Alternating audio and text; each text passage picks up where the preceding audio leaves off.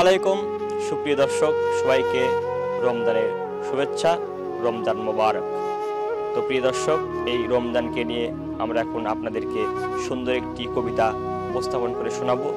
তো প্রিয় দর্শক, বেশি দেরি না করে আমরা সেই রমজানকে নিয়ে সুন্দর কবিতাটি শুনে আসবো। আসসালামু আলাইকুম। আমি মোহাম্মদ সৈয়দ হোসেন, গ্রাম বিশালপুর, বুলাকিপাড়া, শেরপুর, বগুড়া। আমি আমার নিজের লেখা একটি কবিতা আবৃত্তি করে আপনাদের শোনাবো। আমার কবিতার নাম রমজানের শিক্ষা। শ্বাস সজ্জা নিয়ে মধের মাঝে এলো পবিত্র মাহে রমজান। সাদর সম্ভাষণ জানিয়ে গ্রহণ করে নাও হে মুমিন মুসলমান, গ্রহণ করে নাও হে মুসলমান এই পবিত্র মাহে রমজান।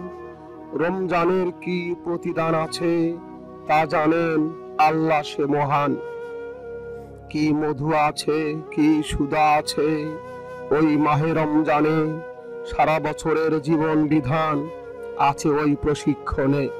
কি জ্বালা, কি যন্ত্রণা ক্ষুধার মাঝে আছে, এ কোথায় জানিয়ে নেই মোরা মাহে রমজান মাসে। রমজান মাস জানিয়ে যায় গরিব দুঃখীর কথা।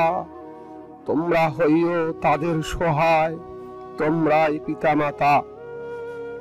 হাজার মাসের চেয়ে বড় রাত্রি রমজান মাসে আসে। দামি উপহার নিয়ে সে রাত্রি আসে মোদের কাছে।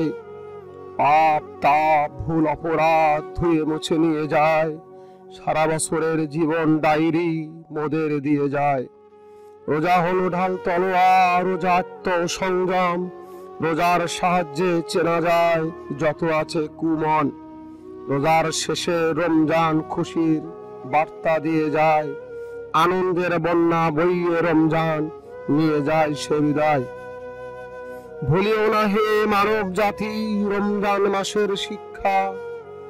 রমজান কখনো বৃথা নয়, রমজান শিক্ষা দীক্ষা।